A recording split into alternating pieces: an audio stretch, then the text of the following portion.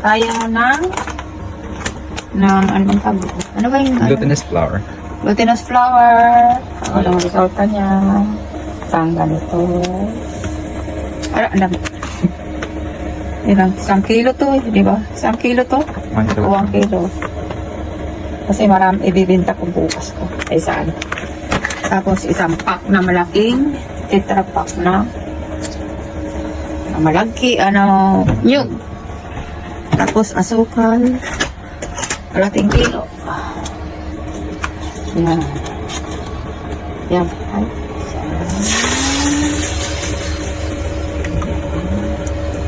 Papakunin lang po natin yan. Tapos, tayo natin mo.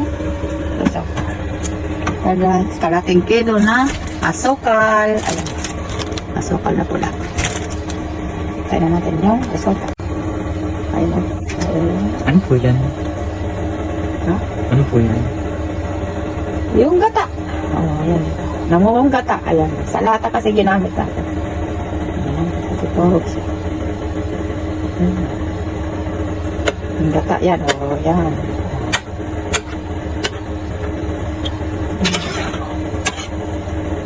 Ayan. Ito na siya. Pakulo lang po natin hanggang sa mga 3 kulo para hindi masisira siya. Mga 10 minutes na higit. Para hindi siya masira pag matagal yung niya.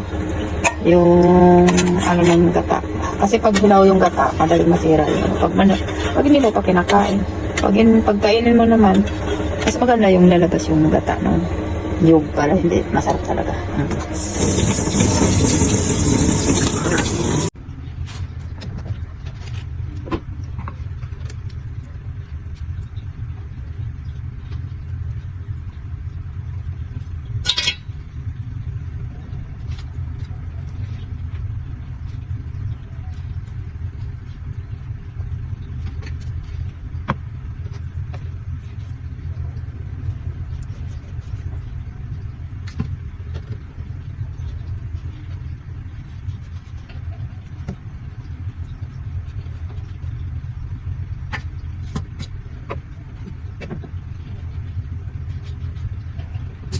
Ilagyan po natin ng itlog para siya lumapot.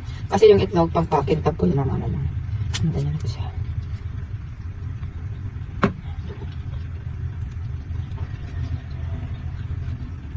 Pang pakintab po siya. Kaya yun, ilagyan natin.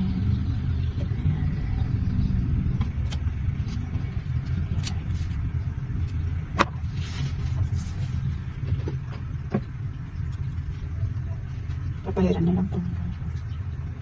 Ganyan po siya.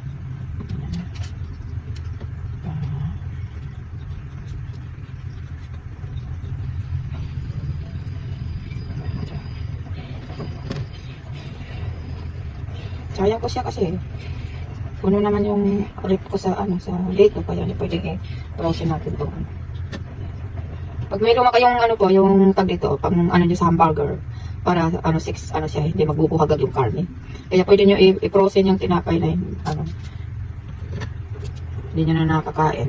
Dito kasi laging may ganito, kaya sayang. Hindi tinatapon ko pag walang oras magluto. Kaya yun, naisipan kong ganun. Para i-vlog ko na rin. Ganun lang po yan siya. Ito po yung remaining ng ingredients. Halo na natin ito.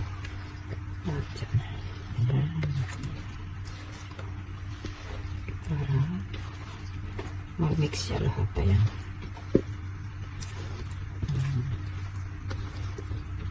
Tandaan lang po kasi baka madurog yun. Kaya pang halo na yung lambot. Ayan siya. Ayan siya. Nagkaroon na ng kulay lahat yung Ayan na po siya. Sakab natin ito. Tosto. Yan po, babalik ta rin natin po yung pata yung tingnan nyo guys.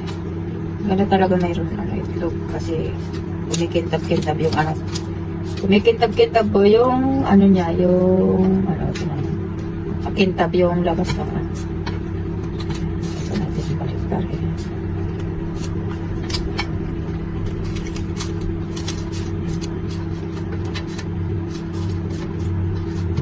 Kung gusto niyo po man ng matamis, yun, lalagyan niyo ito ng bubud-buran niyo sa ibabaw ng matamis. Pero pwede na siguro.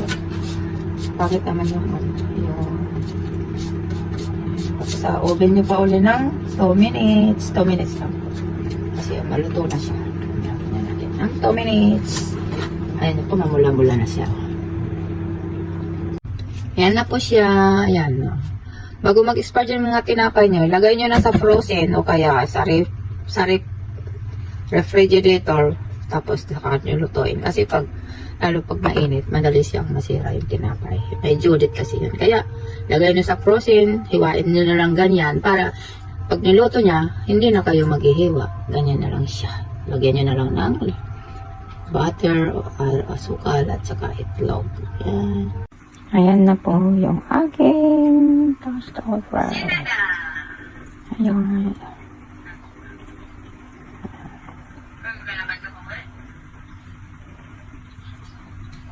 Titikman po natin yung aking malutong siya, malutong. Ay, naku, anak, salamat. Ay.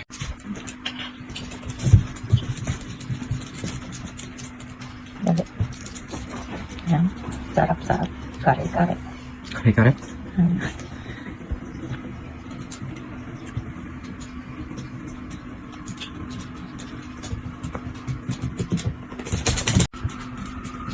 Itadakimasu. Itadakimasu. Kagatin mo yung mga malutong. Malutong. Huh? Malutong.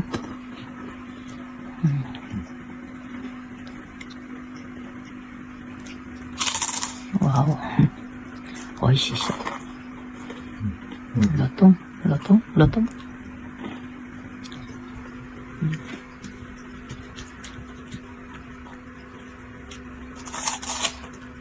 Yan pa.